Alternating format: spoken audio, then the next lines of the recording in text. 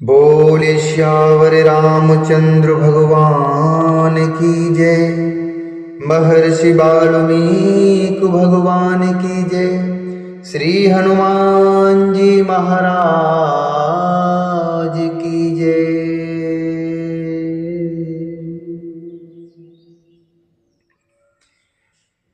श्रीमद् वाल्मीकि रामायण के अयोध्या कांड के 112वें सर्ग में आज हम प्रवेश करेंगे, जिसमें वर्णन है ऋषियों का भरत को श्री राम की आज्ञा के अनुसार लौट जाने की सलाह देना, भरत का पुनः श्री राम के चरणों में गिरकर चलने की प्रार्थना करना, श्री राम का उन्हें समझाकर अपनी चरण पादुका देकर उन सबको विदा करना।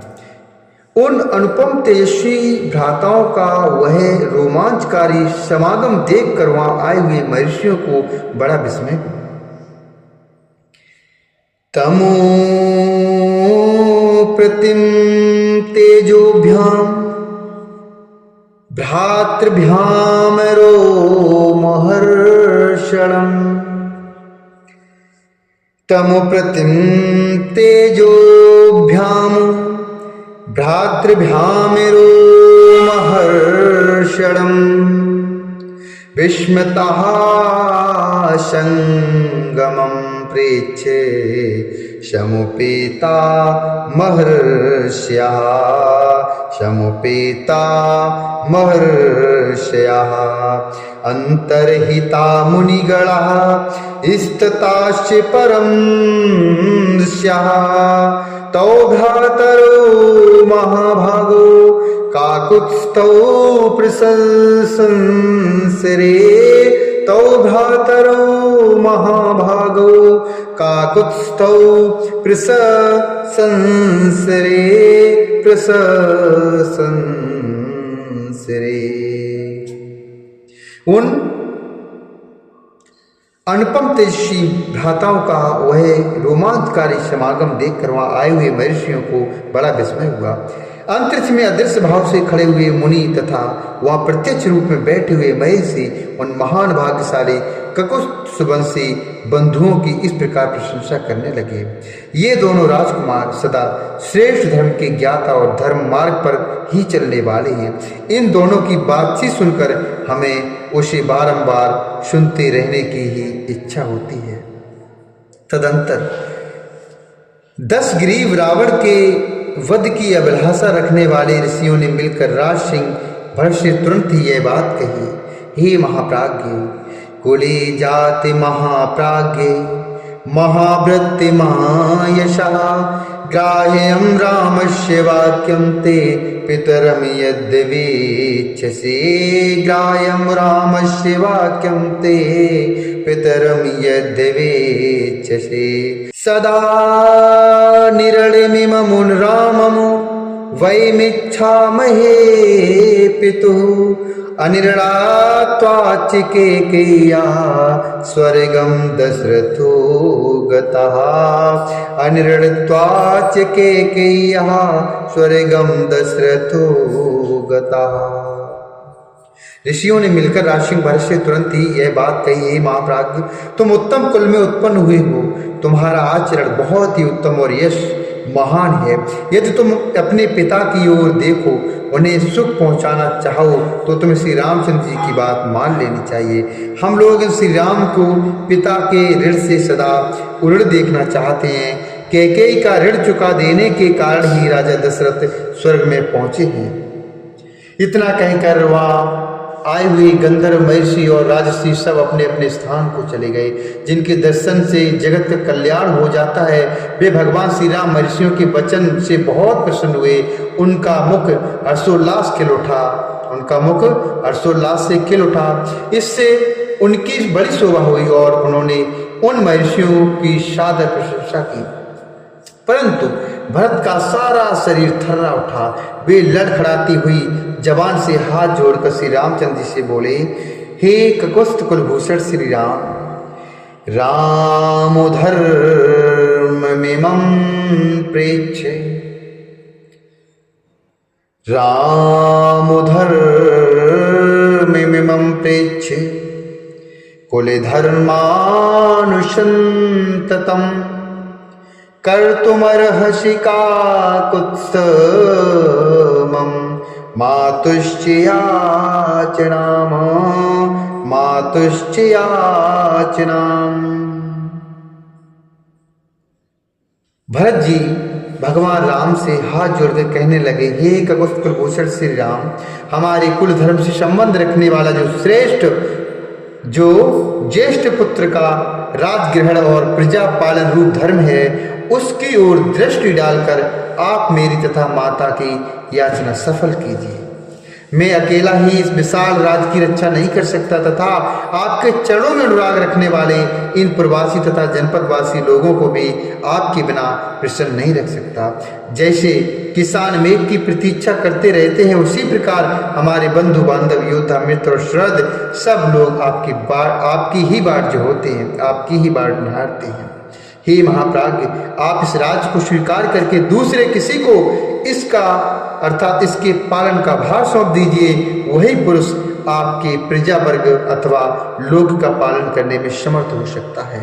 ऐसा कहकर भरत अपने भाई के चरणों में गिर पड़े। उस समय उन्होंने श्री रघुनाथ जी से अत्यंत प्रिय वचन बोलकर उनसे राज ग्रहण करने के लिए बड़ी प्रार्थना की। तब श्री रामचंद्र जी ने श्याम वर्ण कमल नयन भाई भरत को उठाकर गोद में बिठा लिया और मदमत्त हंस के समान मधुर स्वर में स्वयं यह बात कही, हे तात, आगता त्वामियं बुद्धि स्वजावेनिकी चया भ्रशुमोत्सहे शेतात रक्षितुं पृथ्वीमपि रक्षितुं पृथ्वीमपि। हे तात, तुम्हें जो यह स्वाभाविक विनयशील बुद्धि प्राप्त हुई है, इस बुद्धि के द्वारा तुम समस्त भूमंडल की रक्षा करने में भी पूर्ण रूप से समर्थ हो सकते हो। इसके सिवा अमात्यों, सुहृदों और बुद्धिमान मंत्रियों से सलाह लेकर उनके द्वारा सब कार्य वे कितने ही बड़े क्यों न हो करा लिया करो। चंद्रमा से उसकी प्रभा अलग हो जाए, हिमालय हिम का परित्याग कर दे अथवा समुद्र अपनी सीमा को लांघ कर आगे बढ़ जाए, किंतु मैं पिता की प्रतिज्ञा नहीं तोड़ सकता। हे तात, माता कैकेयी ने कामना से अथवा लोभवश तुम्हारे लिए जो कुछ किया है उसको मन में न लाना और उसके प्रति सदा वैसा ही बर्ताव करना जैसा अपनी पूजनीय माता के प्रति करना उचित है। जो सूर्य के समान तेजस्वी है तथा जिनका दर्शन प्रतिपदा द्वितीय के चंद्रमा की भांति आह्लादजनक है, उन कौशल्यानंदन श्री राम के इस प्रकार कहने पर भरत उनसे यूँ बोले, हे आर्य, ये दो स्वर्ण भूषित पादुकाएं आपके चरणों में अर्पित हैं। आप इन पर अपने चरण रखें, ये ही संपूर्ण जगत के योग क्षेम का निर्वाह करेंगी। तब महातेजस्वी पुरुष श्री राम ने उन पादुकाओं पर चढ़कर उन्हें फिर अलग कर दिया और महात्मा भरत को सौंप दिया।